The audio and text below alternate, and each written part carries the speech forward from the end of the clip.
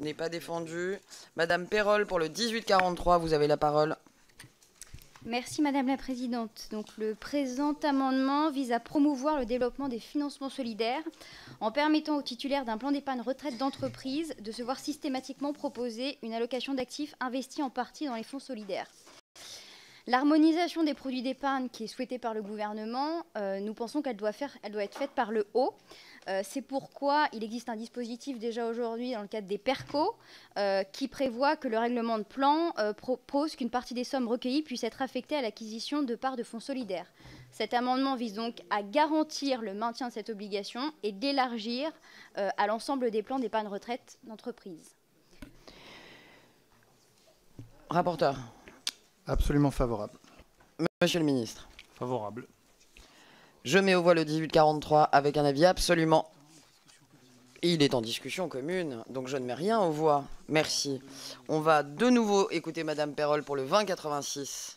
Merci Madame la Présidente. J'en profite pour vous remercier des mots sympathiques que vous avez eu à mon égard ce matin concernant le travail que je fais en matière de finances vertes. Et d'ailleurs, cet amendement vise à aller plus loin que le précédent, puisqu'il vise à élargir la proposition qui doit être faite dans le cadre du plan d'épargne retraite à la dimension de la finance donc verte et vise la possibilité de proposer aux titulaires d'allouer une partie de ces versements vers des profits d'investissement, par contre des fonds d'investissement destinés à soutenir donc le secteur de l'économie sociale et solidaire et à financer la transition écologique.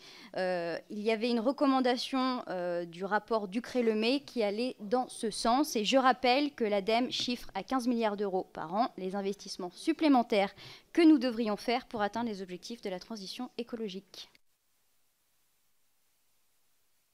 À la fin de la discussion commune, avis du rapporteur.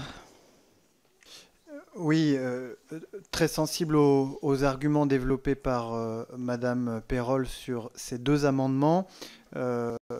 L'avis serait de se reporter sur le premier amendement qui est plus facile à mettre en œuvre dans la mesure où il offre un profil solidaire qui n'exclut pas d'ailleurs de contenir des titres de sociétés impliquées dans la transition écologique